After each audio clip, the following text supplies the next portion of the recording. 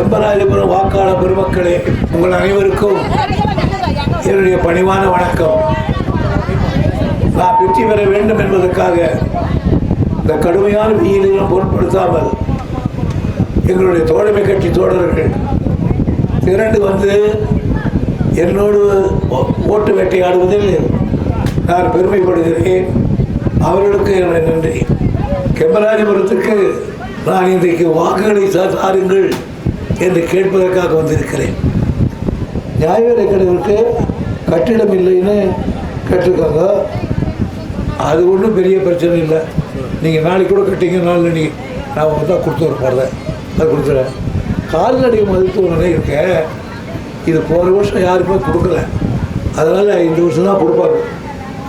அதெல்லாம் அந்த இலாக்காவுக்கு படம் இல்லைன்னு விட்டாங்க. இந்த வருஷம் வரும், ஒரு கொடுத்துக்கிறேன். நீங்கள் எனக்கு ஓட்டு போடுங்கள் என்று சொல்வதற்கு எனக்கு உரிமை இருக்கிறது. நீங்கள் போடுவதற்கும் ஒரு உரிமை இருக்கிறது.